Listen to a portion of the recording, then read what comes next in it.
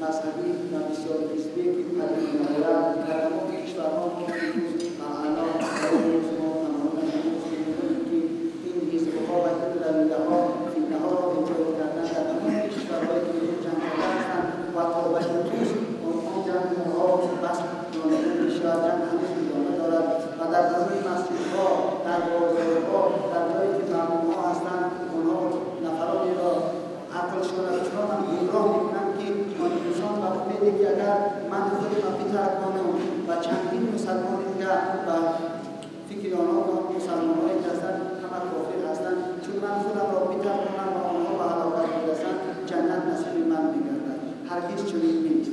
انسانی که مؤمن را به قتل می‌رساند، انسانی که خرابه و زیان و بدبختی بالای مردم می‌آورد، او چی گناه ریش را صاحب می‌شود؟ هرگز چنین نیست. چنانکه که خدای عز و جل در آیه مکرمه میگوید که بررسی آنهایی که ایمان آوردند و عملهای صالح کردند و نماز داشتند و زکات دادند آنها کسانی هستند که برای آنها غم و اندوهی و پروردگار آنها را وارد جنت می‌گرداند.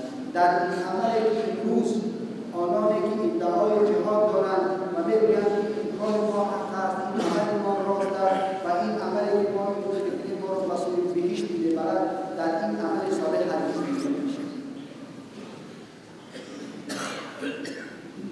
بنابراین این رویه‌ها و این حزب‌هایی که هستند اینا همه بالای مردم فتنه ایجاد می‌کنند، بالای مردم ناراحتی‌هایی را پیش می‌آورند که دیگر انسان حقش کاسته می‌شود.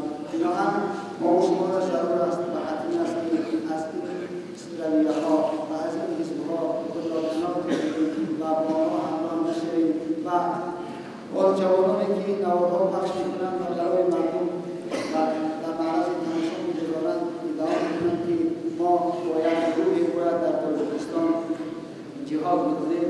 من از این خط پیغمبر بزرگوار علیه السلام با آنها مطمئن هستم که جوانان عزیز الحمدلله رب العالمین کشور ما وطن محبوب و عزیز ما محتاج جهاد نیست. انشاءالله همه مردم ما گفت قرآن و گفت پیغمبر بزرگوار علیه السلام عمل کرده ایستادند، همه در مسجدها نماز می‌گذارند و مسجدها امروز در حاج شده است. الحمدلله پر از نمازگزاران است، عبادتگزاران است که عبادت می‌کنند. ما مجله‌ها برای بیان کرده ایستادند که این جهاد چیست و لازم است یا لازم نیست، برای ما بیان کردند. از آنها استفاده کنید و آن همه نوارهایی که از دیگر جاها و هر جا و هر طریق پخش کرده می‌شود شما با آنها اهمیت ندهید و پروا نکنید. امروز آنها در آنجا می‌گویند، در ادعا دارند و در پیش سینه خود می‌زنند که ما جهاد می‌کنیم، زن و فرزندان آنها، پدر و مادران آنها اشک‌ریزان و گریه‌کنان امروز در خانه شیشتند و طفلکان آنها گرسنه می‌گشتند، حتی لباس ندارند، در کوچه‌ها می‌گردند و زن‌های جوان آنها امروز اشک می‌ریزند در فراق همسران. آیا این جهاد است؟ آیا خدا می‌پذیرد؟ هرگز خدا نمی‌پذیرد.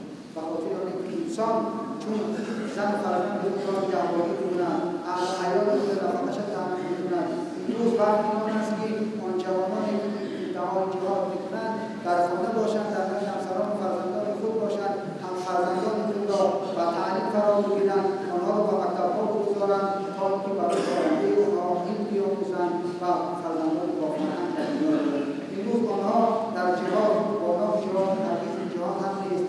می‌گویند ما در آنجا جهاد می‌کنیم اما فرزندان آنها از مکتب از علم از فرهنگ دور ماندند. خدا از این روزی هرگز راضی نیست.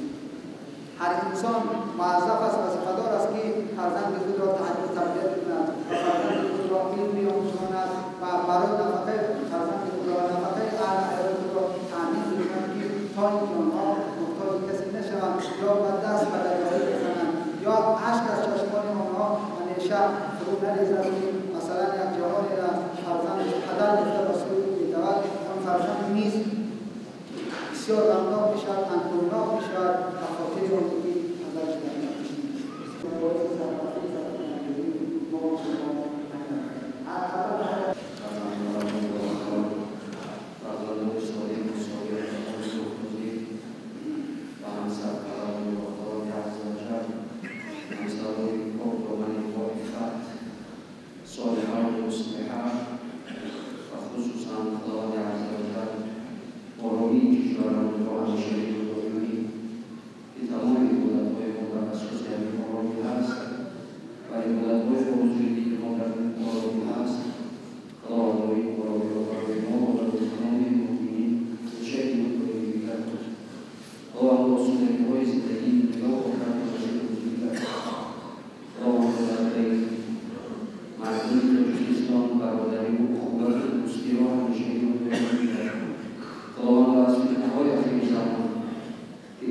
واسه امت اسلامی درد و رنج بکشن از این فتنه ها و عدوات دشمن ها.